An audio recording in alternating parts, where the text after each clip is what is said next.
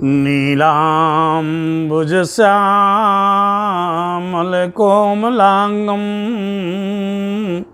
सीताशमारोपितवामुभागम् पाणौ महासायकचारुचापं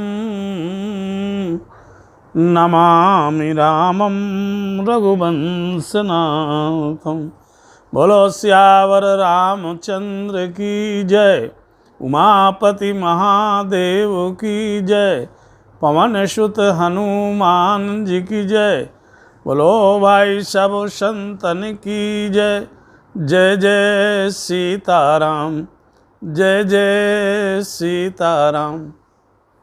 आइए, पिछले दिनों हमने देखा कि रावण के सचिव ने लक्ष्मण जी की दी हुई पत्रिका को पढ़कर सुनाया, और जैसे उसमें लिखी हुई बात को सचिव ने सुनाया, रावण ने सुना और सुनने के बाद अत्यंत भयभीत हो गया। गोस्वामी जी लिखते हैं कि सुनत सभय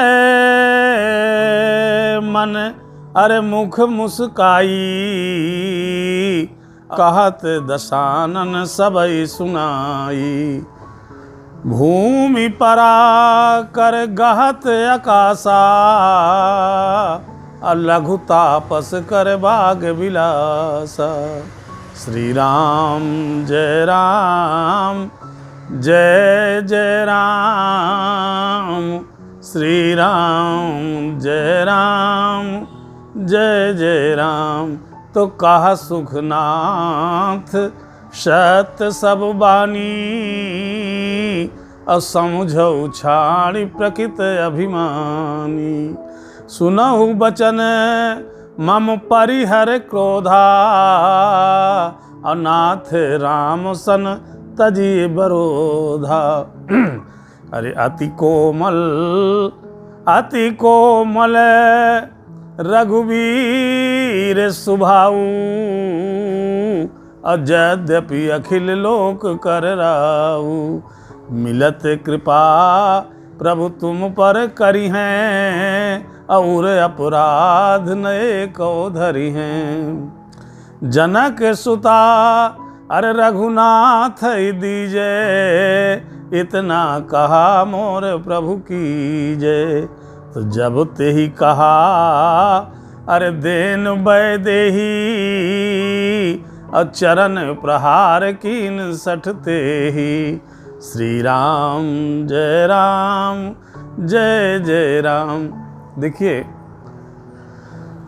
पत्रिका सुनते ही रावण मन से भयभीत हो गया, उसके मन में डर भय छा गया, भर गया। लेकिन मुख से झूठे को माने बना करके मुस्कुराता है, और सबसे कहता क्या है, कहत दशानन सबई सुनाई। सबको सुना करके कहता है क्या कि भूमि परा कर गहत आकाशा, लघु तापस कर बाग विलासा। सभी सचिवों को और जो भी लोग वहाँ पे सभा में थे उनको बताता है, क्या कहता है रावण कि छोटे तपसी का ये बाग विलास है। क्या डींग मारना, जिस प्रकार से कोई व्यक्ति आकाश जमीन में पड़ा हो और ज़मीन में पड़े पड़े हाथ से आकाश पकड़ना चाहे, वही स्थिति छोटे तपसी की है, वो डींग मार रहा है, ऐसा रावण ने कहा। और इस बात को सुन करके सुख कहते हैं प्रभु, सुख कह सत्य प्रभु सत्य सब बानी। सुख कहता है कि हे नाथ, सारी बातें जो पत्रिका में लिखी सब सत्य हैं। समझौ छाणी प्रकृत अभिमानी, क्योंकि वो जानता है कि रावण प्रकृति से ही, स्वभाव से ही अभिमानी है, तो कहता है कि आप अभिमान त्याग करके पत्रिका में जो लिखा है उसको ठीक से सुनिए। और कहता है कि सुनहु बचन मम परिहर क्रोधा। सुख जो है अपनी तरफ से भी बताते हैं, को प्रयास करते हैं, जैसे लक्ष्मण जी ने कहा था कि कहो मुखागर मूसन। तो ये भी कहते हैं कि हे नाथ, मेरी बात को आप मानिए, क्रोध को त्याग करके। और कहते हैं सुख कि अति कोमल रघुवीर सुभाऊ, यद्यपि अखिल लोक कर राऊ। हे नाथ, भगवान राम जो हैं अत्यंत कोमल उनका हृदय है, अति कोमल रघुवीर स्वभाव, उनका स्वभाव अत्यंत कोमल है। देखिए, लोग अगर एक राज्य पा जाते हैं तो उनका मन हृदय कठोर हो जाता है, लेकिन भगवान राम जो है अखिल ब्रह्मांड के मालिक हैं, इसके बाद भी, इसके पश्चात भी उनका स्वभाव बड़ा कोमल है, अत्यंत कोमल है। मिलत तुम कृपा तुम पर प्रभु करी हूँ। हे नाथ, आप जैसे ही उनसे मिलेंगे, उनके शरण में जाएंगे, वो आपके अपराध को भूल करके, उर अपराध ने एको धरी हैं, आपके अपराध को भूल जाएंगे, अपने हृदय में आपके एक भी अपराध को नहीं रखे। यद्यपि कि आपके अपराध क्षमा योग्य नहीं है। रावण ने कितने अपराध किए, समस्त ऋषियों मुनियों को त्रास दिया, जटायु जी का वध किया, हनुमान जी के पूंछ में आग लगाई, विभीषण जी को लात लगाई, इतने सारे बहुत सारे अपराध किए हैं।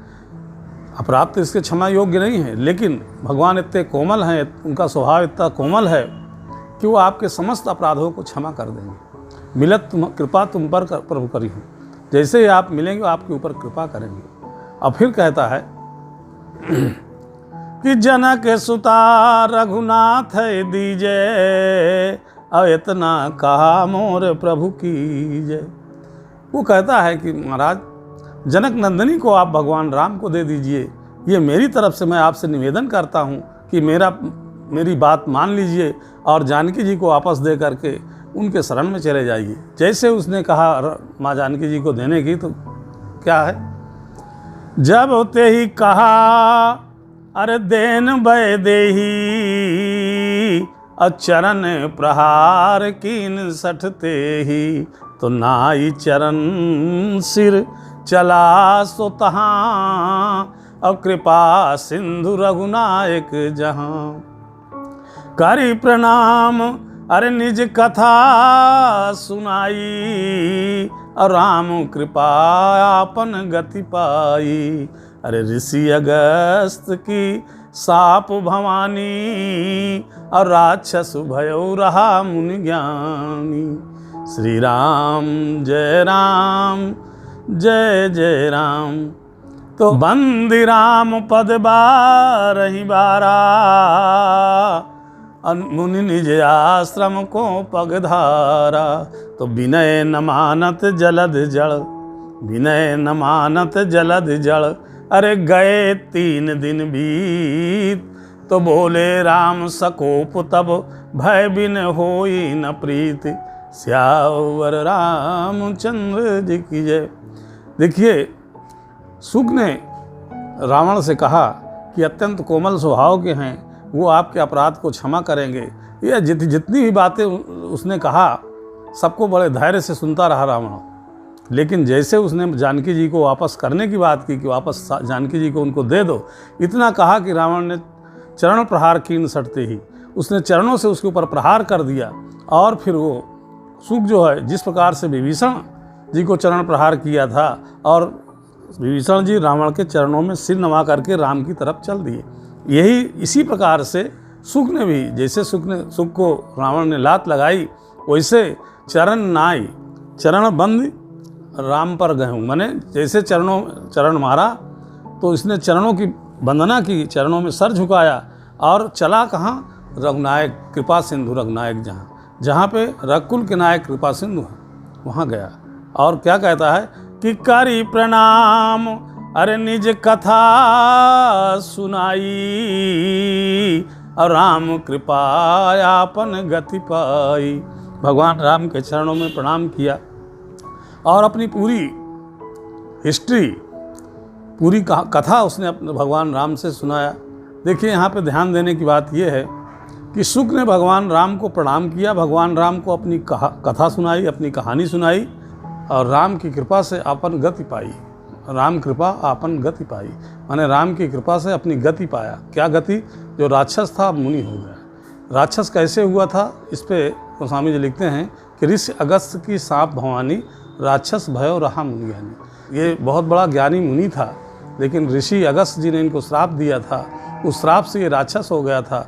और ये भी कहा था कि जब भगवान राम के शरण में तुम आओगे तो राम की कृपा से तुम अपनी गति को पा जाओगे। तो आज जो है ये शुक जो है अब मुनि रूप में हो गया और भगवान के चरणों को बार बार प्रणाम करके और अपने आश्रम को जाता है। अब इधर क्या होता है कि विनय न मानत जलधि जड़, अरे गए 3 दिन बीत, तो बोले राम सकोप तब, भय बिन होई न प्रीत। 3 दिन बीत गए, लेकिन जड़ समुद्र ने भगवान राम की विनती को, भगवान राम के निवेदन को स्वीकार नहीं किया। तब भगवान कहते हैं क्या कि भयबिन होय न प्रीत, बोले राम सकोप तब, भयबिन होय न प्रीत। भगवान राम क्रोध से बोले कि बिना भय के प्रीत नहीं होती। वास्तव में ऐसा है, प्रीति 2 प्रकार से होती है, या कि विशेष स्वार्थ हो या भय हो। जिसे कहा है ना कि सुर नर मुनि अरे सब कहे यह रीति, अस्वार्थ लाग करे सब प्रीति। तो यहाँ पे समुद्र जो है जड़ है, प्रकृति ही जड़ है, तो इसने भगवान राम के निवेदन को स्वीकार नहीं किया। अब भगवान राम क्या कहते हैं?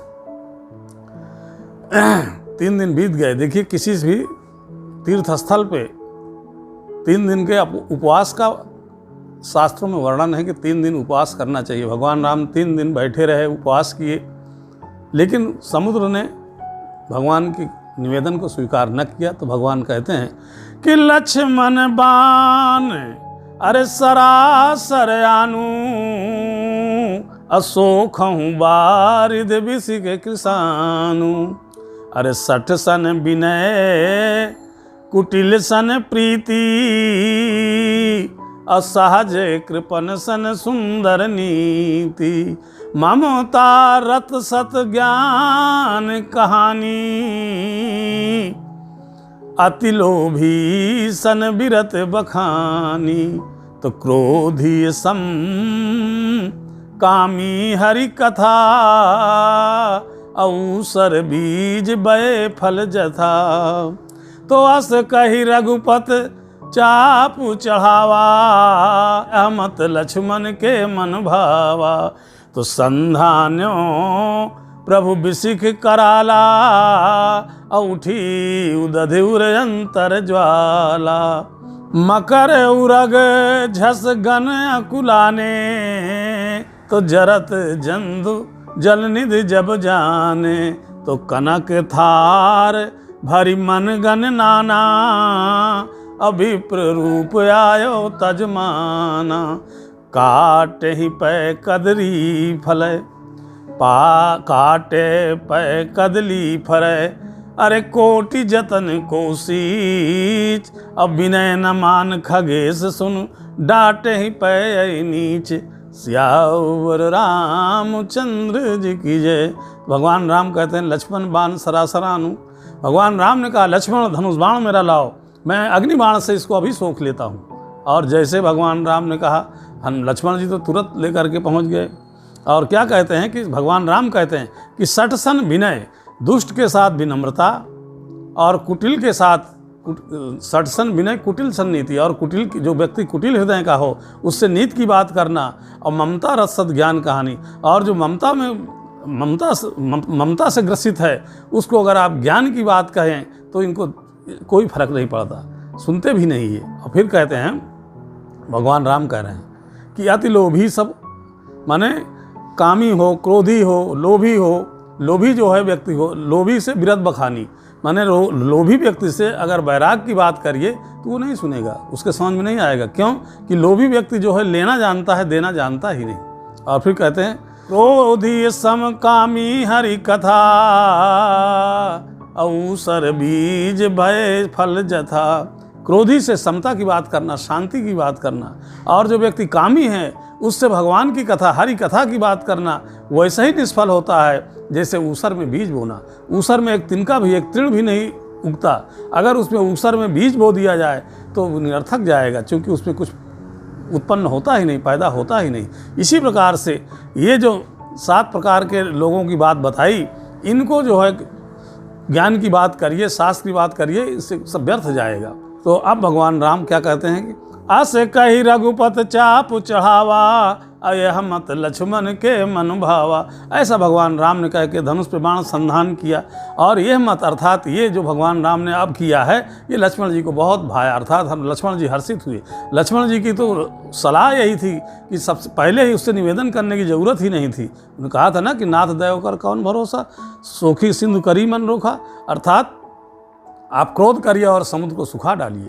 अब यहाँ पे जब भगवान राम ने संधान किया तो लक्ष्मण जी को बहुत अच्छा लगा, और संधान करते अभी बाण को छोड़ा नहीं, संधान करते ही पूरे समुद्र में आग लग गई, अर्थात समुद्र जलने लगा। जब समुद्र जलने लगा तो उसमें रहने वाले जो जीव जंतु थे, जैसे मगर, सांप और मछलियों के ये समूह का समूह सब जलने मरने लगे।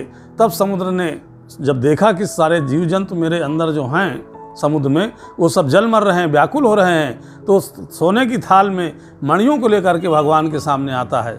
देखिए मणि लेकर के क्यों आता है, मणि इसलिए लेकर के आया कि जब समुद्र का मंथन हुआ था तो 14 प्रकार के रत्न निकले थे। उन 14 में से कौस्तुभ मणि और लक्ष्मी जी को भगवान विष्णु ने ले लिया था, और भगवान विष्णु का ही अवतार भगवान राम का है। तो समुद्र सोचता है कि जब मैं इनको सामने मणि लेकर के प्रस्तुत होऊंगा तो इनका क्रोध शांत हो जाएगा, इसलिए सोने की थाल में मणियों को लेकर के और विप्र का रूप धारण करके आया। विप्र का रूप धारण करके क्यों आया, विप्र का रूप धारण करके इसलिए आया कि भगवान राम विप्र को जो है मारते नहीं, विप्र के क्रोध नहीं करते। जब मुझे विप्र रूप में देखेंगे तो भगवान का क्रोध शांत हो जाएगा। तो गरुण जी से कहा, घुसुंडी जी महाराज कहते हैं क्या कि काटे पै कदली फरे, अरे कोटि जतन को सींच। माने कदली अर्थात केला जो है उसका वृक्ष चाहे जितना बड़ा हो जाए, खूब सींचिए, खूब पानी दीजिए, निराइए, गोड़िए, लेकिन वो तब तक नहीं फलता जब को उसको काटते नहीं।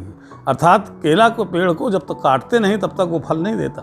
इसी प्रकार से गरुण जी को समझा रहे हैं का घुसुंडी जी, विनय न मान खगेशुन डांटे पै नीच। माने भगवान राम के निवेदन को समुद्र ने स्वीकार नहीं किया, अर्थात जब तक नीच व्यक्ति को, अर्थात जिसकी प्रकृति नीची हो, उसको जब तक हम डांटेंगे नहीं वो रास्ते पे नहीं आता। अब क्या कहते हैं कि सभय सिंधु गही पद प्रभु के रे, और क्षमहु नाथ सब अवगुण मोरे। अन समीरे अनल जल धरनी, और इनकई नाथ सहज जड़ करनी।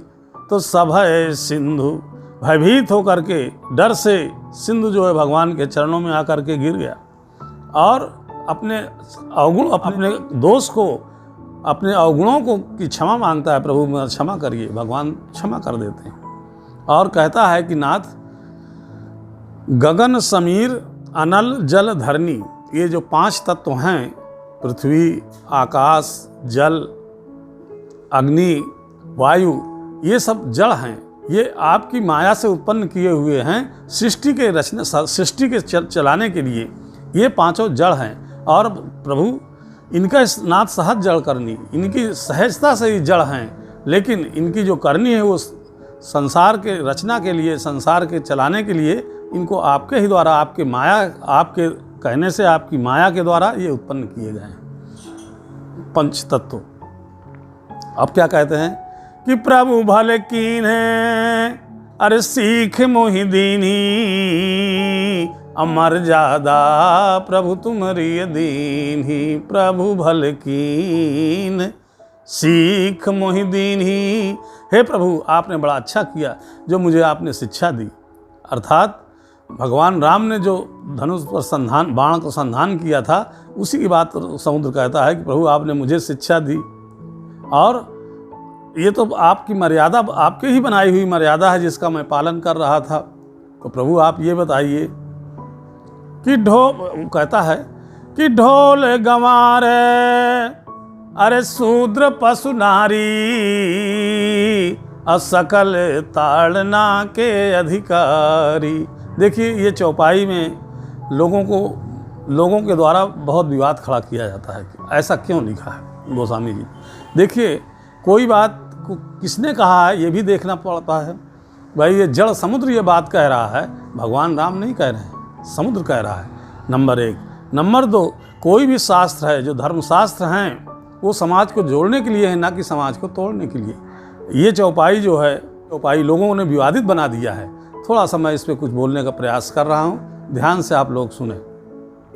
ये 5 चीज़ें जो बताया, ढोल, गंवार, शूद्र, पशु, नारी, ये 5 चीज़ें समझने के अधिकारी हैं, ताड़न के अधिकारी। देखिए, ताड़न का मतलब देखिए रामचरितमानस अवधी भाषा में लिखी हुई है, और ताड़न का मतलब ये होता है समझना। जैसे हम आपसे कहें, भाई साहब आप क्या सोच रहे हैं, क्या मैं ताड़ गया, मतलब हम ताड़ गए, बताएं ना बताएं हम ताड़ गए। इसका मतलब क्या कि ताड़ना मतलब समझना, और के अधिकारी, ताड़ना के अधिकारी माने ताड़ना के समझने के इनको अधिकार प्राप्त है।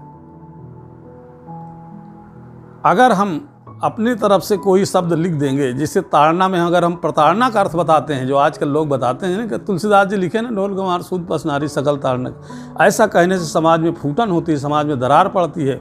और ताड़ना का अर्थ बताइए, प्रताड़ना का अर्थ न बताइए। जैसे सत्य है, अगर एक शब्द आपने आ लगा दिया तो असत्य पूरा उल्टा हो जाएगा अर्थ। धर्म है, अगर उसमें आपने आ लगा दिया तो अधर्म हो जाएगा, पूरा अर्थ बदल जाएगा। इसी प्रकार से ताड़ना में अगर आप प्रा लगा देंगे तो पूरा अर्थ बदल जाता है। तो ध्यान दीजिए, अब इन पे आइए। ढोल नहीं बजता तो उसको समझिए, उसको समझने का अधिकार प्राप्त है, उसको समझिए क्यों नहीं बज रहा, उसमें जो भी नट बोल्ट ढीले हों उसको आप कसिए। ढोल, गंवार, गंवार का मतलब पढ़ा लिखा जो ना हो। अगर किसी के कार्यालय में लिखा है बिना अनुमति प्रवेश निषेध है, और वो उस ऑफिस में घुस जाता है, तो उसको आप ये मत कह करके उसको प्रताड़ित करने लगिए कि तुलसीदास जी लिखे हैं कैसे घुस आया। उससे समझने का अधिकार, उससे पूछिए कि आप अंदर कैसे घुस आए, तो बताएगा हुजूर को नहीं रहा, हम चले आए ना। तो बताएंगे वो पढ़े लिखे, आपने पढ़ा नहीं, गेट पे क्या लिखा है, तो कहेगा हुजूर हम पढ़े नहीं। तो उसको समझाइए, समझ करके उसको समझाइए और बताइए कि अब किसी के कार्यालय जाना या किसी घर में जाना तो पूछ करके जाना, कुंडी खटखटा करके जाना, ऐसे मत जाना। तो ढोल, गंवार, शूद्र, शूद्र का तात्पर्य, शूद्र कोई जात नहीं है, शूद्र तो सब लोग हैं। क्या? जन्मना जायते शूद्र संस्कार द्विज उच्यते, जन्म से हर व्यक्ति शूद्र है। और देखिए, आप देखते होंगे, अब मैं हॉस्पिटल की बात नहीं करता हूँ, जब घर में माँ बच्चे को जन्म देती है तो कई दिन तक हम उसको छूते नहीं, ना बच्चे को ना उसकी माँ को। कब छूते हैं? जब उसके संस्कार से उसको अलंकृत कर देते हैं, जैसे नाखून काटने का संस्कार, नहलाने का संस्कार, नारा काटने का संस्कार। जब ये संस्कारित हो जाते हैं तब हम उनको अपने में मिला लेते हैं। कहने का तात्पर्य ये है कि ये 5 चीज़ों को समझने का अधिकार प्राप्त है। तो ढोल, गंवार, शूद्र माने जन्म से हर व्यक्ति शूद्र होता है, और जब संस्कार से अलंकृत हो जाता है तो वही व्यक्ति द्विज और विप के रूप में पूजित होता है। आगे कहते हैं पशु। पशु माने कोई जानवर है। मान लीजिए आपकी गाय है, भैंस है, 5 किलो सुबह 5 किलो शाम दूध देती है, और आज दूध नहीं दे रही, पैर मार रही है। अब आप डंडा उठाइए और चौपाई सुना करके उसको पीटना शुरू कर दीजिए? नहीं, उसको समझने का अधिकार है, उसको समझिए। जड़ तो नहीं है, लेकिन इनकी बुद्धि नहीं है। आप उनसे समझिए और किसी वेटनरी के डॉक्टर को बुला करके उसको दिखाइए, वो दवाई देगा, उसके बाद वो ठीक हो जाएगी। चारा नहीं खा रहा, पागुर नहीं कर रहा, या दूध लात मार देती है, तो उसको डॉक्टर को दिखाइए। ऐसा नहीं कि आप तुलसीदास जी की चौपाई सुनाइए और डंडा उठाइए, पीटना शुरू कर दीजिए। तो ढोल, गंवार, शूद्र, पशु, नारी। नारी जिसका इतना सम्मान तुलसीदास जी ने किया है, रामचरितमानस में दूसरा श्लोक लिखते हैं, भवानी शंकरो वंदे श्रद्धा विश्वास रूपिणो। माने सबसे पहले भवानी स्त्रीलिंग है, श्रद्धा रूपी पार्वती जी को उन्होंने प्रणाम किया है। और ये भी कहते हैं कि जननी सम अरे जानहि पर नारी, अधन पराय विषते विष भारी। पराई स्त्री को जन्म देने वाली माँ के समान समझें, ऐसा तुलसीदास जी कहते हैं। तो यहाँ आप प्रताड़ना की बात कर रहे हैं, अरे ताड़ना लिखा है, समझना लिखा है। आपकी पत्नी है, आप प्रतिदिन ऑफिस जाते हैं, सुबह नाश्ता मिल जाता है, सियाप करती हैं, लेकिन मैं उदाहरण के माध्यम से समझाने का प्रयास कर रहा हूँ। और रोज़ का ये नियम है, आज आप लौट के आए ऑफिस से, सुबह सब ठीक ठाक रहा, ना आपको मुस्कुराते हुए वो गेट पे मिली, ना बाथरूम में पानी था, ना साबुन था, ना चाय मिली, आप डंडा उठाइए और चौपाई का उदाहरण दे करके पीटना शुरू कर दीजिए। अरे भाई, आप उसको समझिए क्या बात है, उनसे पूछो। पत्नी बताएंगे कि आज देखिए मेरे 104 डिग्री बुखार है, किसी डॉक्टर को दिखाइए, अथवा दूध फट गया है, गैस खत्म हो गई है, उसको सुलझाइए। माने इन 5 चीज़ों को समझने का अधिकार प्राप्त है। अधिकार प्राप्त का मतलब ये होता है, इसको भी समझ लें कि जैसे आपका 6 महीने साल भर का नाती पोता है, बालक है, उसको आप खिला रहे हैं, दुलरा रहे हैं, और आपके ऊपर पेशाब कर दिया, मुंह में भी चला गया, टट्टी कर दिया, छाती में पड़ गया, तो आप उसको मारेंगे नहीं, क्यों? क्योंकि उसको अधिकार प्राप्त है। आप हंसेंगे अलग, अरे बहू जरा पानी ले आओ, कपड़ा लाओ, बदलें, और हंसेंगे। लेकिन अगर वही 6 महीने साल भर का बालक जब 20 साल का हो जाए और आपके ऊपर थूक दे, पेशाब कर दे, तो आप उसको दंड देंगे। अब उसको अधिकार नहीं प्राप्त है। अधिकार तभी तक था, अब अधिकार नहीं। तो इन 5 चीज़ों को समझने का अधिकार प्राप्त है। तो ढोल गंवार सूत पर नारी, सकल ताड़ना के अधिकारी, ऐसा समुद्र ने कहा। और फिर कहा कि प्रभु प्रताप, अरे मैं जाप सुखाई, उतरी कटक न मोर बड़ाई। प्रभु आपके प्रताप से मैं सूख जाऊंगा, इसमें मेरी कोई बड़ाई नहीं, सारी सेना पार हो जाएगी, लेकिन मेरी मर्यादा का क्या होगा? इसलिए प्रभु जैसा आप उचित समझें मुझे आदेश दें। तो भगवान राम ने इसकी विनती को सुन करके, समुद्र की विनती को सुन करके भगवान राम कहते हैं क्या? सुनत बचन विनीति अति, कहो कृपालु मुस्काय, विधि उतरे कपि कटक, तात सो कहिए उपाय, सियावर रामचंद्र जी की है। अत्यंत विनीत से इसकी बातें को सुन करके भगवान राम मुस्कुरा करके कहते हैं क्या? कि जे ही विधि उतरे कपि कटक, जिस प्रकार से हमारी वानरी सेना समुद्र को पार हो, वो उपाय बताओ। तो समुद्र कहते हैं क्या? कि नाथ नील नल, अरे कपि दो भाई, लरिकाई रिस आशीष पाई, अरे तिनके परस किए गिरि भारे, अतरि हैं जलद प्रताप तुम्हारे। मैं पुनि उर्धर प्रभु प्रभुताई, तो नाथ नील नली कपि दो भाई। हे नाथ, नील और नल दो नाम के 2 भाई हैं। ये विश्वकर्मा के पुत्र हैं, विश्वकर्मा जी के पुत्र हैं। ये 2 भाई हैं। इनको बचपन में ऋषियों का आशीर्वाद मिला है, ऋषि का आशीर्वाद मिला है कि इनके स्पर्श मात्र से बड़े बड़े पर्वत पानी में तैरेंगे, उतराएंगे। तो प्रभु नाथ नील नल कपि दो भाई, लरिका आई रिस आशीष पाई, तिनके परस किए गिर भारे, तरिहें जलद प्रताप तुम्हारे। तो नल नील के द्वारा स्पर्श करने से सारे पत्थर जो है पानी में तैरने लगेंगे, ऐसा समुद्र ने बताया। और फिर कहता है कि प्रभु प्रताप, भगवान का प्रताप, जब ऋषि का आशीर्वाद है तो प्रभु का प्रताप क्या करेगा? प्रभु का प्रताप ये करेगा कि ऋषि ने नल नील को बचपन में ये जरूर कहा है कि तुम्हारे छूने से पत्थर जो है पानी में तैरेंगे, लेकिन ये नहीं कहा कि जो समुद्र की लहर है उसमें पत्थर इधर उधर हो जाएंगे, दाहिने बाएं हो जाएंगे। तो प्रभु के प्रताप से वो पत्थर एक जगह रहेंगे और नल नील के स्पर्श किए हुए भारी भारी पर्वतों से समुद्र में पुल बन जाएगा। और फिर कहता है, देखिए मैं तो ये समझता हूँ कि ये नल नील जो है उस जमाने के ब्रिज कॉरपोरेशन के इंजीनियर थे। इनको जो है ब्रिज का बनाने का अच्छा ज्ञान था। दोनों बातें हैं। तो रामायण में जो लिखा है रामचरितमानस में वो ये है कि ऋषि के आशीर्वाद से उन्होंने जिन पत्थरों को छू दिया वो तैरने लगे और भगवान के प्रताप से पत्थर वहीं को वहीं रुक गए। और फिर कहता है कि पुण्य मैं उर्धर प्रभुताई, करिहों बल अनुमान सहाई।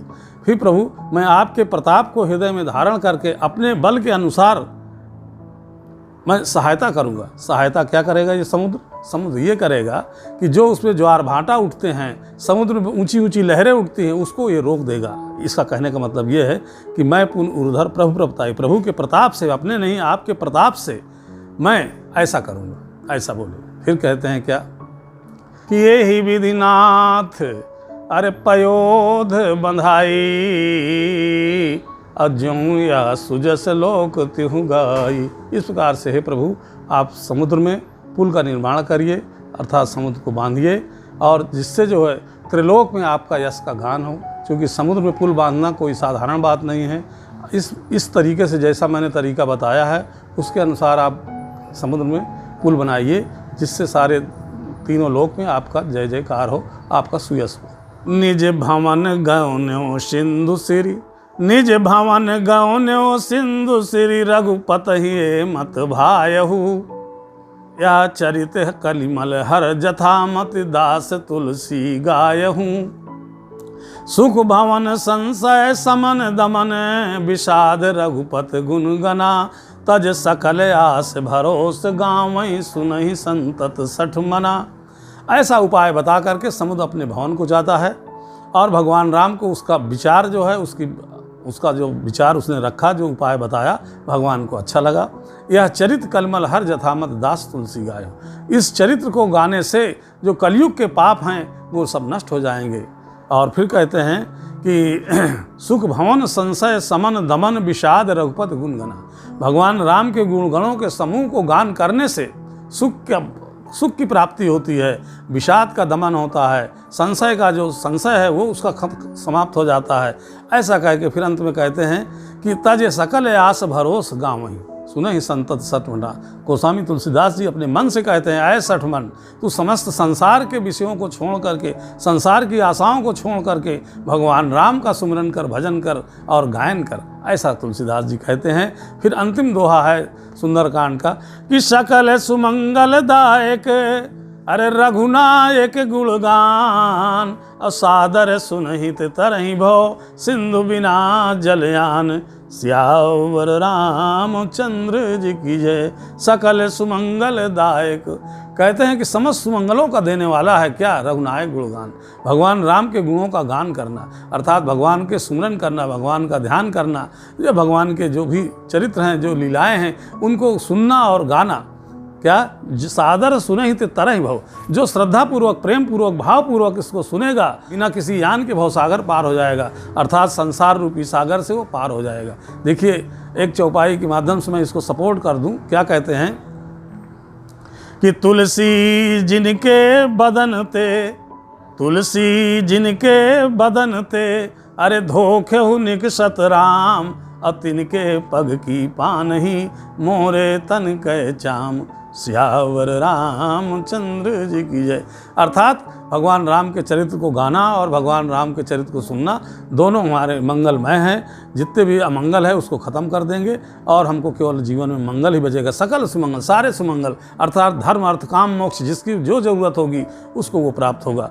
इस प्रकार से मैंने सुंदरकांड का संपूर्ण भाग जामवंत के वचन सुहाए से लेकर के सकल सुमंगलदायक रघुनायक गुणगान अंतिम दोहा तक 13 वीडियो मैंने आप लोगों के सामने प्रस्तुत किया। मैं आप लोगों से निवेदन करता हूं कि आप लोग इसका आनंद उठाएं और जीवन को बनाने का प्रयास करें। बोलो सियावर रामचंद्र की जय, उमापति महादेव की जय, पवन सुत हनुमान की जय। बोलो भाई जय जय सीताराम।